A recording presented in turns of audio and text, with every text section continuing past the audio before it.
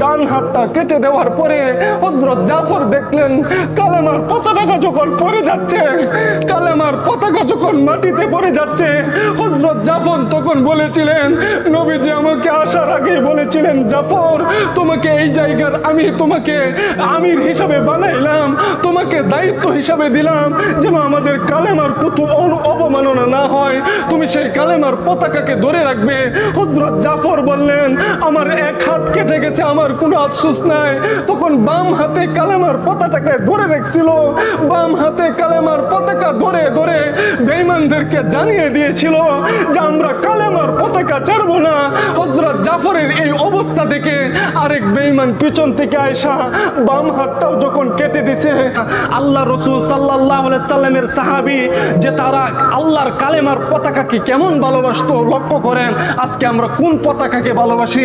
আল্লাহর নবীর সাহাবী হযরত জাফর ইবনে আবু তালেব রাদিয়াল্লাহু তাআলাকে নবীজি বলেছিলেন, ও আবু জাফর তোমাকে আমি এই মুতার যুদ্ধের মধ্যে তোমাকে আমি সেনাপতি বানায় পাঠায় দিলাম।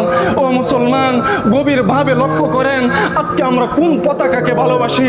আর সাহাবায়ে কেরাম সেই কালেমার পতাকাকে ধরে রাখার জন্য তারা কত কষ্ট করেছিলেন। হযরত জাফর ইবনে আবু তালেব রাদিয়াল্লাহু তাআলাকে যখন নবীজি বলেছিলেন তোমাকে মুতার যুদ্ধের মধ্যে তোমাকে সেনাপতি বানায় পাঠায় দিলাম, হযরত যায়েদ রাদিয়াল্লাহু তাআলাকেও সেই জায়গার সেনাপতি বানালেন। বানানোর পরে যখন তারা মুতার যুদ্ধের মধ্যে চলে গেছেন, প্রথমেই হযরত যায়েদ রাদিয়াল্লাহু তাআলাকে তারা শহীদ করে ফেলছে।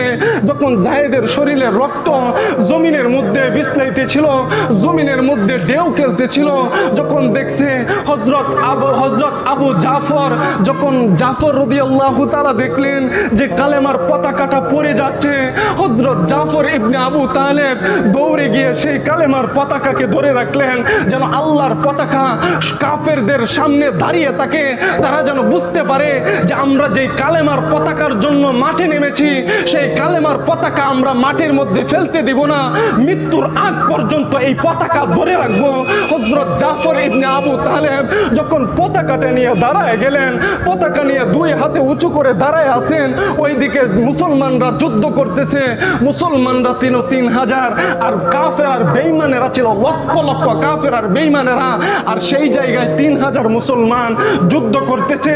মুসলমানদের এমন অবস্থান হয়েছে কাফেরদেরকে কচু কাটা করতেছে। এদিকে জাফর ইবনে আবু তালেব রাদিয়াল্লাহু তাআলা যখন কালেমার পতাকাটাকে ধরে রাখছিল, তখন তিনি পতাকাটা ধরে ধরে কাফেরদেরকে জানায় দিছিল আমরা আমাদের কালেমার পতাকার জন্য জীবন দিতে পারি।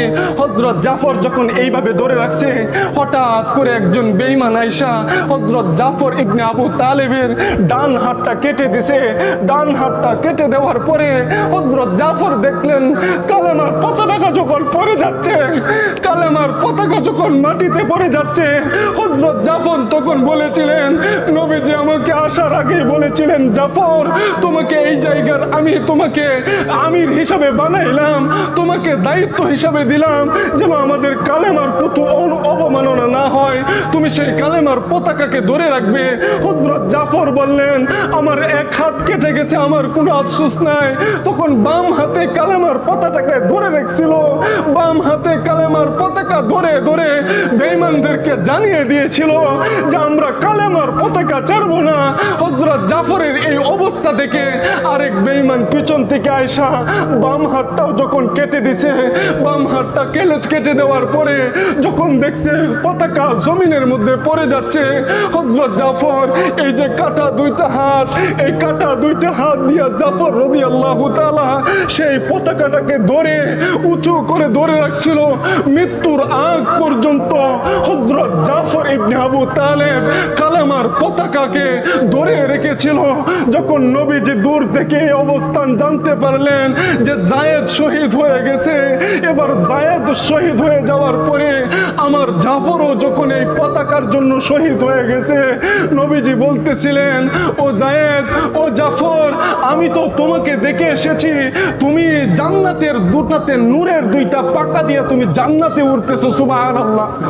নবীজি দেখতেছে যে তুমি তোমার হাত কাইটা গেছে, এজন্য তুমি আফসোস করো না। আল্লাহ তাআলা আমাকে দেখাইছে জান্নাতে তুমি দুইটা জান্নাতি পাকা তোমার হাতের মধ্যে আল্লাহ লাগাই দিছে। সুবহানাল্লাহ। মুসলমান, আজকে আমরা সেই কালেমার পতাকাকে সাপোর্ট না করে আজকে আমরা বেঈমানদের পতাকা সাপোর্ট করি। কথা বলেন ঠিক কিনা?